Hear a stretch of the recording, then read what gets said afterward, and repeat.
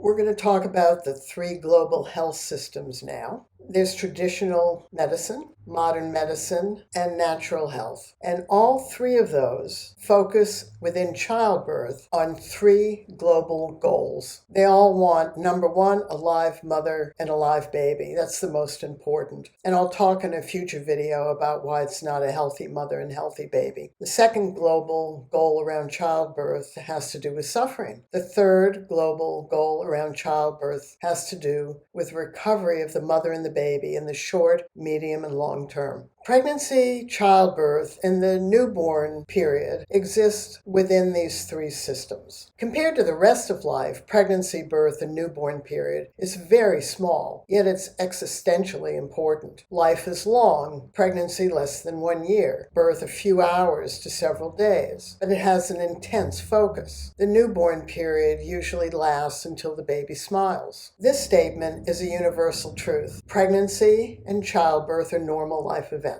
These three systems, however, are actually asking, what does the word normal, natural, or physiological mean? And so we have an interface between this universal truth, the three health systems, and the three global childbirth goals. I want you to contemplate this around the goal number one, a live mother and a live baby. I want you to imagine 1,000 women of childbearing age. None of them are pregnant, but take a moment to think about those 1,000 women. Not 1,000 women in your community, not 1,000 women who are 26, 1,000 women globally, worldwide. The whole range of childbearing women. Put 1,000 of those women in your mind. They're not pregnant, but they're childbearing. How many problems could those 1,000 women have? They can be living all over the world. They could be living in war or drought, in poverty. They could have one or more diseases, genetic problems, have had accidents, live where they're abused. When I teach and ask, 50% of the people that I ask say that all of the women could have a problem. And the other 50% say 70 to 80%. So we're talking about number one, live mother and live baby. So now those 1,000 women are pregnant. Some of the problems that they have go away. Others can come along. The baby can have problems, or the baby impacting the mother can bring up problems. And now those 1,000 women are all giving birth. We know that many of the problems that she has aren't going to impact birth. New problems can come up for the mother or the baby. So keep in mind that this is the primary goal of childbirth, a live mother and a live baby. What can we infer from this question? In reality, there are a lot of risks that can impact birth. Few of them become problems. Most of those problems will self-resolve, and others can be helped within any of those three health systems, traditional, modern, or natural health. Very few become tragedies. The number one, live mother and live baby. Most women live and most babies live. But having few tragedies doesn't mean that there are few problems, and it doesn't mean that there are few risks. Let's look at the second goal, suffering. Why is suffering common in all cultures? Women suffer in childbirth. You've heard that expression. That's an expression used in all cultures. Prior to surgical birth, all women labored. Labor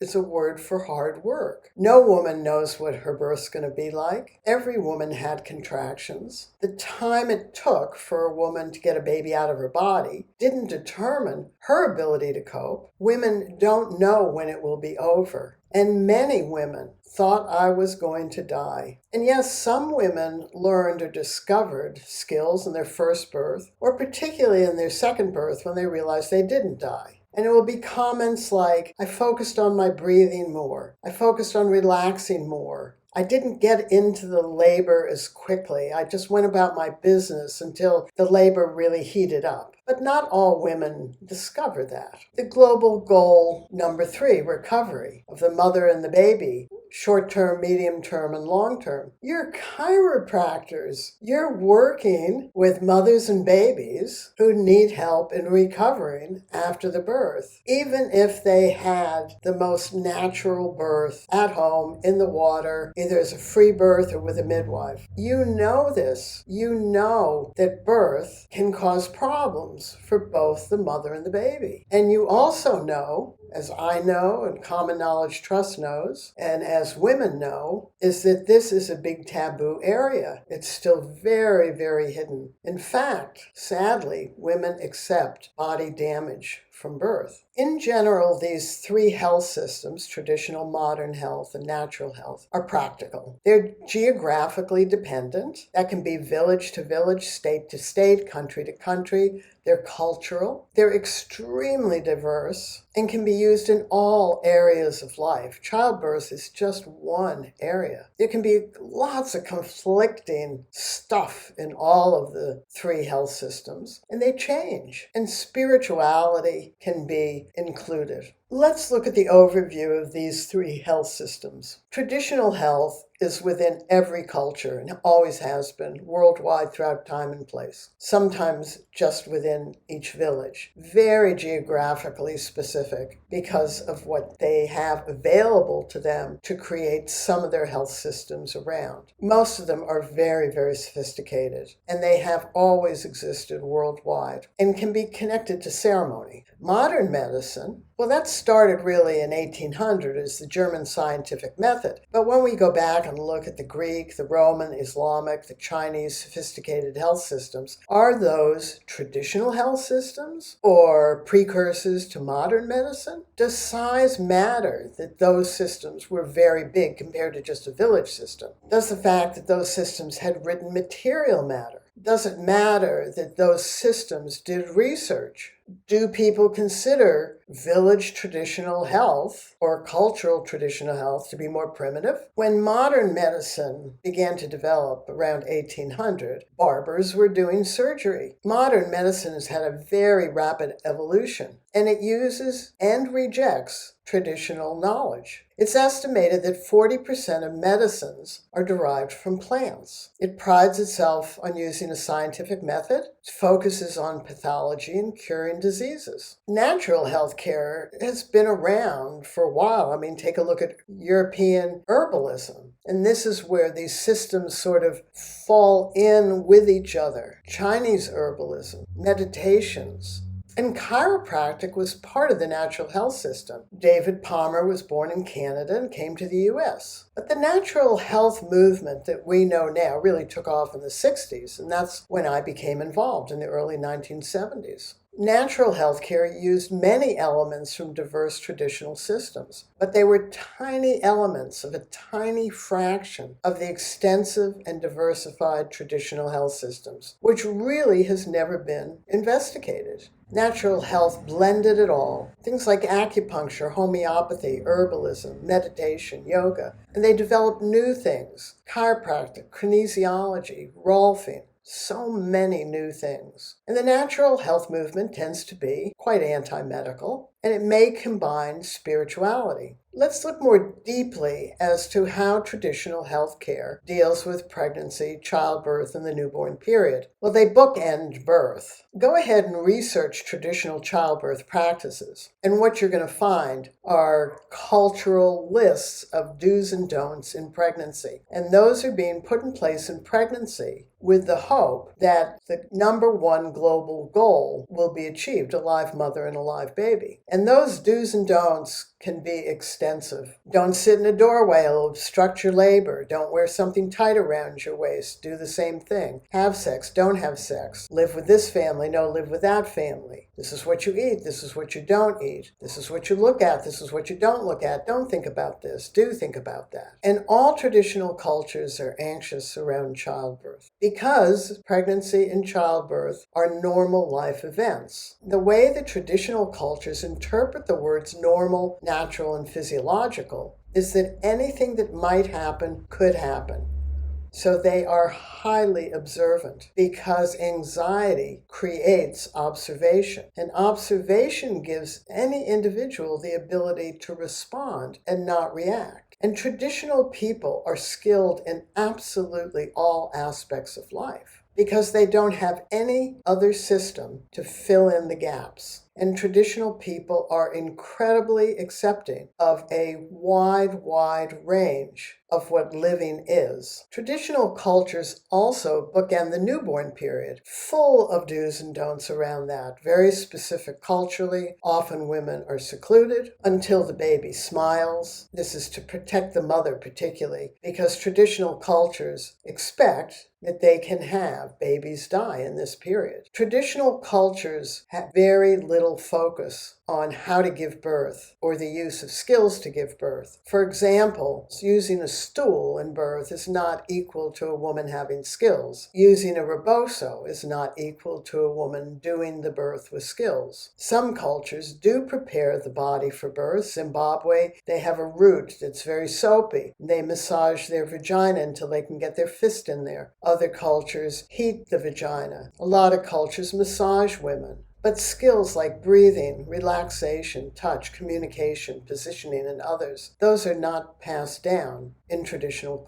cultures. No traditional culture that I went to, 30 of them, had any shared set of how to birth skills for women. And I'll give you an example of this in Pakistan. I taught in very remote rural villages in Pakistan as well as in the city. I taught very conservative or liberal Muslims, conservative or liberal Christians, Baha'i people, and Hindus. No culture teaches skills. I asked in all of the classes when I went into the villages, how did your mother teach you to breathe in labor? And there'd be dead silence. And I'd wait. Then some women would say, my mother told me to breathe fast and shallow. And another woman would go, that's not what my mother told me. She told me to breathe deep and slow. That's not what my mother told me. My mother told me to hold your breath when it hurts. That's not what my mother told me. My mother told me, don't make a sound, you'll embarrass yourself. That's not what my mother told me. My mother told me, scream all you want because it hurts. That's not what my mother told me. My mother told me to do X, and I tried, and it didn't work. That's not what my mother told me. My mother told me there's nothing you can do, because there's no way to know what your birth's going to be like. So every village knew that there was no common skills.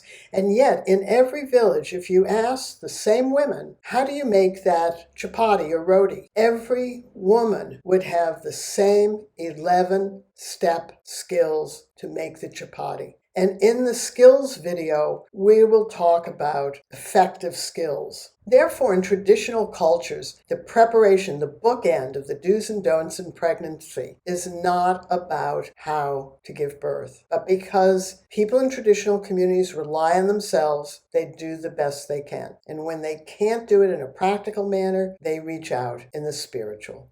In many cultures, women give birth on their own. They just go off by themselves. In other cultures, women go off with women in the family, and they can do that for months at a time. And in other cultures, they birth wherever they live, or they birth wherever they are. Few cultures worldwide ever had a profession of midwifery. When we think of the midwifery profession that people think about, it is from recent European history. And few cultures have midwifery apprentices. Usually if someone's at a birth, it's by accident. And you need to think why. The size of traditional communities range from 200 people to about 2,000 people. Most of these communities have between 1 and 7 births a year, if that. There are very few births. And so our idea of traditional birth isn't based on the diversity of traditional childbirth worldwide. The World Health Organization eventually came out with a traditional birth attendant course, and that had a list of 10 things in pregnancy and 10 things in birth that the traditional birth attendants should refer to a clinic. But when our trust had a gathering in Zimbabwe of traditional birth attendants in 1998, I talked to the several hundred traditional birth attendants there, and even though they follow the guidelines of the TBA program, that's not what bothers them. They only have 2 things that bother them. Do you know what they might be?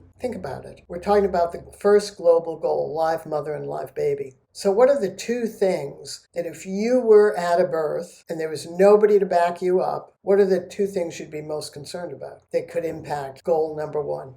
One is the baby just doesn't come out. If the baby doesn't come out, the baby will die and the mother will eventually die. And if a woman bleeds too much, now they're not as concerned with the quick bleeds because they usually stop. It's the slow trickle bleeds. All traditional cultures accept babies dying, but they don't want mothers to die because there are few childbearing women in each culture. Their communities are very small. So how does traditional healthcare deal with suffering? Well, they don't like it, but they accept it because there's no way to know what your birth is going to be like until it unfolds. So you don't know if women are going to suffer or cope well or have an easy birth or a very challenging one. But traditional life is very strong, and there is a very broad acceptance that life is not easy. That's not a pessimistic statement. It's just that they have to make everything in life. And so you have to work hard. And giving birth is hard work, just crunched into a very short time frame. So in traditional communities, how do they deal with the third, recovery of the mother and baby, short-term, medium, and long-term? Frankly, there's not much focus on that, except for that seclusion period, because that's one effort to help the mother particularly to have good recovery before she has to go back out and work. They do their best, and women in traditional communities live with the repercussions of childbirth.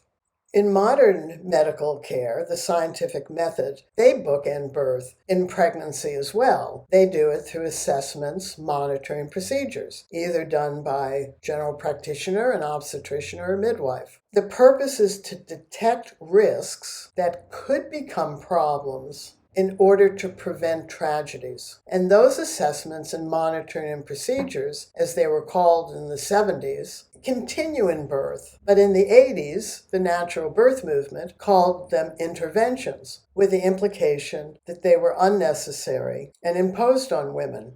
How does modern medicine deal with these three global childbirth goals? Well, in the 1970s, when I gave birth, there was a 5% cesarean rate. Even back then, they accepted that babies could die in birth. But the cesareans were to try to save a woman's life. In the 1980s, modern people became more risk-averse. Feminist movement, birth control, safe termination, huge changes.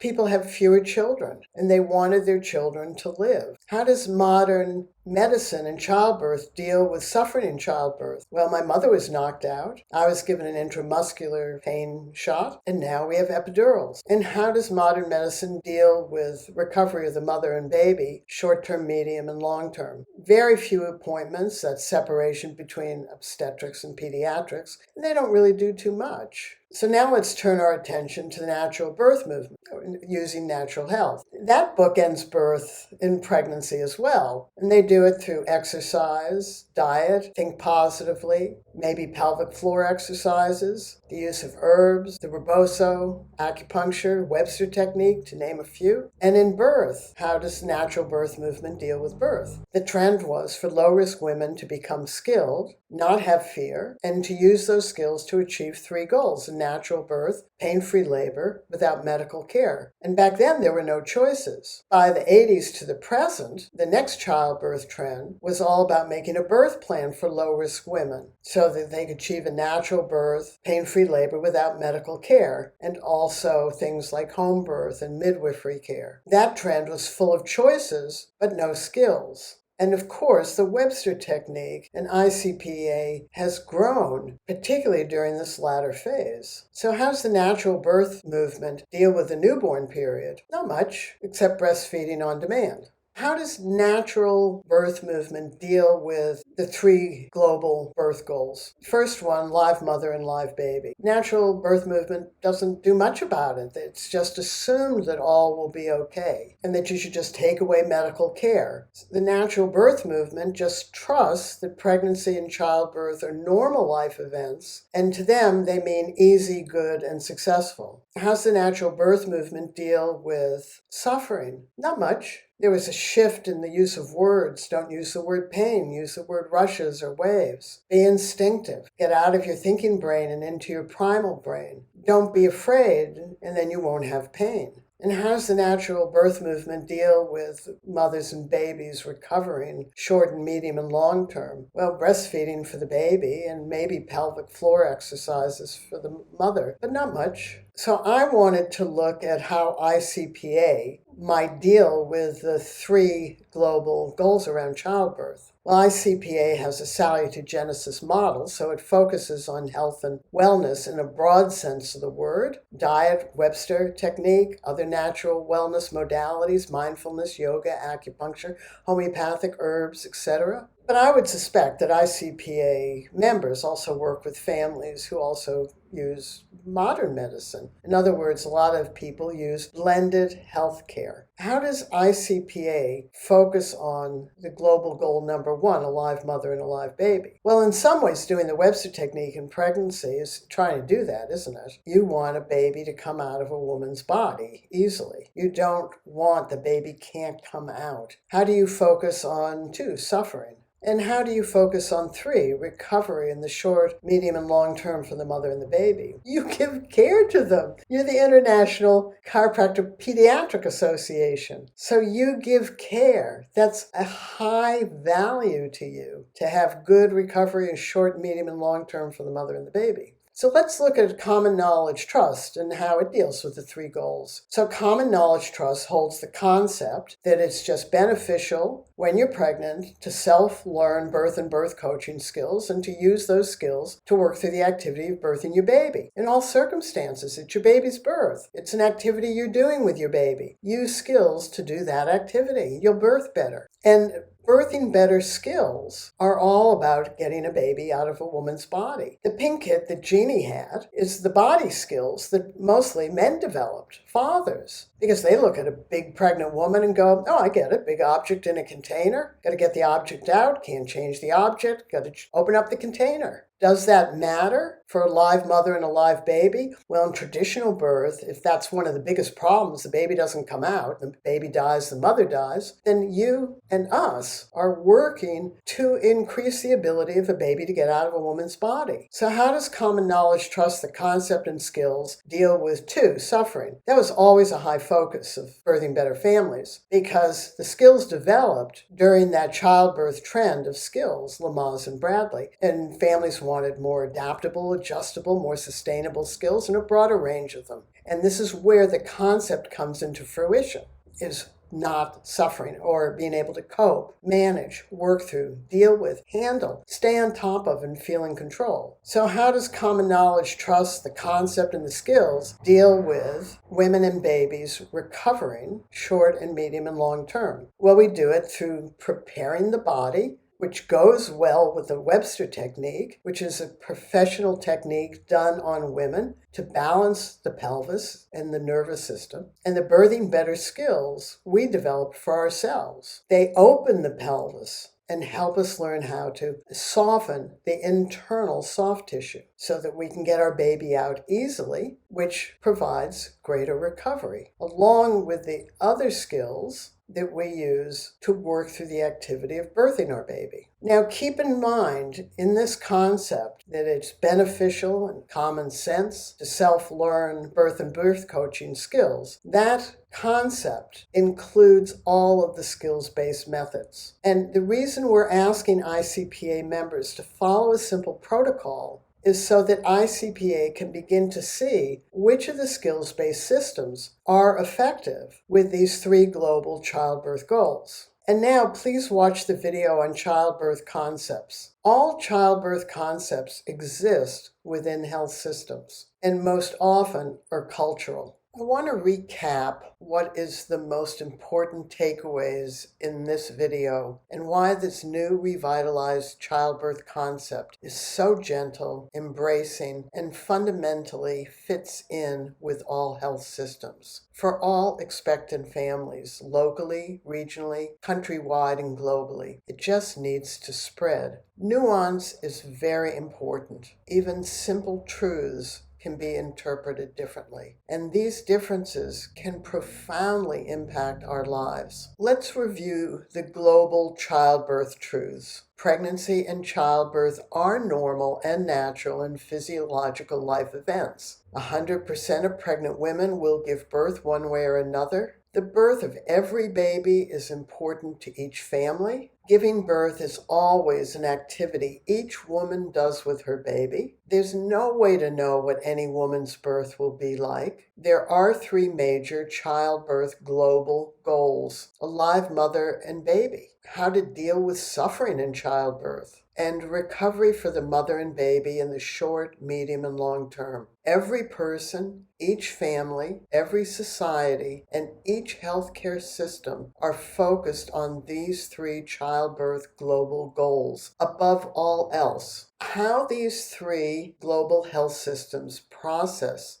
all of the above truths needs to be compared and then put into perspective to this new or revitalized childbirth concept. Traditional and modern medical health systems interpret the words normal, natural, and physiological to mean that anything and everything that might happen could happen. The way the traditional health systems deal with that is through just a gazillion do's and don'ts that women are expected to follow in pregnancy, and those are culturally specific. Modern medicine deals with that interpretation with the use of assessments, monitoring, and procedures. These are not as culturally defined as the do's and don'ts in traditional health systems. Both the traditional and modern health systems have anxiety about the pregnancy and birth phases of life, and they respond to this anxiety through observation and doing things believed to positively impact the number 1 global goal: to end up with a live mother and a live baby. Both traditional and medical health systems assume there are many known and unknown risks, some of which might become problems. Yet both traditional and medical health systems know that few tragedies occur. Both are doing their best to prevent the tragedies. Traditional health systems are doing their best to prevent the death of the mother and are more accepting of the death of babies. Modern medicine is trying to prevent both the death of the mother and babies. Modern medicine aggressively deals with the number 2 global childbirth goal: suffering in childbirth. Traditional health systems don't do much about that other than give support if other people are present at the birth. Modern medicine doesn't do much about the 3rd global childbirth goal: recovery. And traditional health loads the 3rd childbirth goal, the recovery of the mother and baby, short-term, medium, and long-term, with that newborn period that involves a lot of do's and don'ts that are culturally specific. The natural birth movement comes from the natural health movement, and it starts off with an entirely different approach to that first global truth that pregnancy and birth are normal, natural, physiological life events. Within the natural health system, the natural birth movement implies that birth is easy, safe, manageable, relatively risk-free, spontaneous, and that women should just go with the flow. The natural birth movement sees the medical approach to be overbearing, and the natural birth movement believes that the traditional birth model was hands-off and relaxed, and that is not accurate. The second global goal of suffering in birth is pretty much disregarded by the natural birth movement by shifting words such as pain to rushes or waves. In the recovery, the 3rd global childbirth goal, recovery is assumed to occur because pregnancy and childbirth are normal life events that rarely require medical care. However, there is an awareness of the shame, blame, guilt, disappointment, anger, and trauma after birth. Where does this leave us in our conversation? And where does this new childbirth concept to grow a self-learning, skilled birthing population fit into these 3 systems and their different interpretations of global truths? In my experience in living within traditional communities and teaching the skills, is that traditional women wanted to be more skilled. They were very aware that in pregnancy they had lots of rules to follow, but that they lacked essential skills to give birth. Having birthed in 1970 and 1982, my experience in the childbirth concept of the 50s to the 70s is that modern medical healthcare system saw multiple millions of birthing women and coaching dads using some level of skill to cope, therefore reducing the suffering in the second global childbirth goal. And they loved working with these multiple millions of women. And all of these multiple millions of women from the 50s to the 70s lacked any choices. From the 80s onwards, healthcare workers saw fewer and fewer skilled families as the childbirth trend shifted away from skills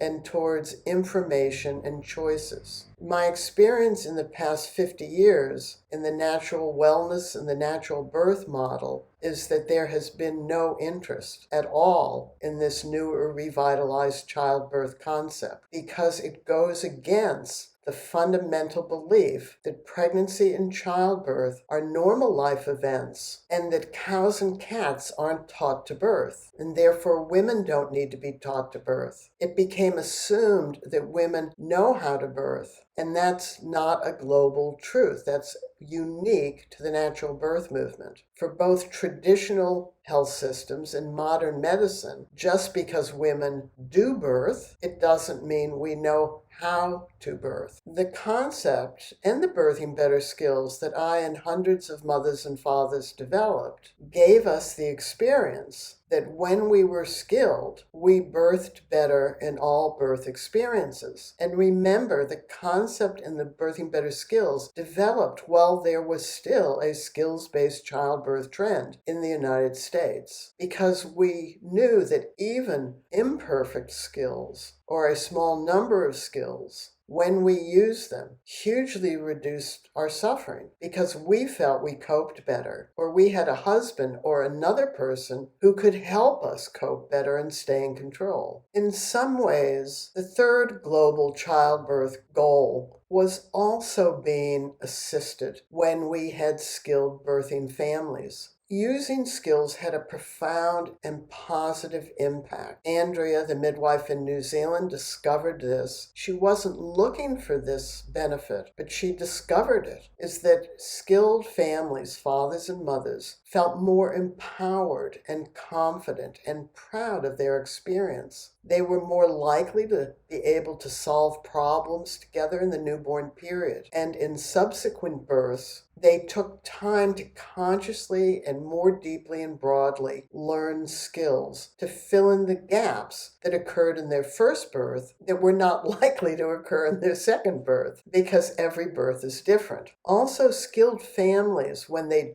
told their birth stories, didn't focus as much on what happened to or around them, but more on how they handled themselves. ICPA can lead the way to this inclusive change. The question is, do you want to? Common Knowledge Trust is here to help you do this effectively without it taking a lot of time. So now we have to ask the questions. How does this new concept deeply and profoundly impact these overarching global truths? That we know 100% of pregnant women will give birth one way or another in any healthcare system or any childbirth concept that she knows or is around her, and that she is always going to do this activity on her own with her baby. And really the choice is simple. Either we, humans, believe it's common sense and beneficial for birthing women and fathers and others to become skilled to do this life-transforming and infrequent activity, or we don't.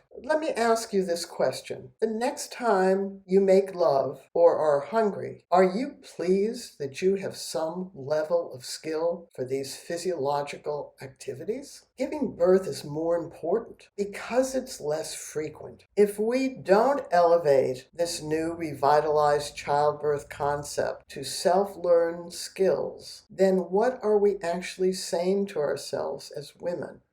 In the past 50 years, I've asked thousands of men, fathers who have been at a birth, this simple question: would you rather be skilled or not if you had to do the activity of birthing your baby? Okay, guys, what's your answer? Now, please watch the video on the childbirth concepts, the ones that you know and the ones that I know, and to get a clear understanding of this new and revitalized childbirth concept, we're asking ICPA members to tip into our societies. All childbirth concepts exist within health systems, and most of them are cultural. This concept is universal.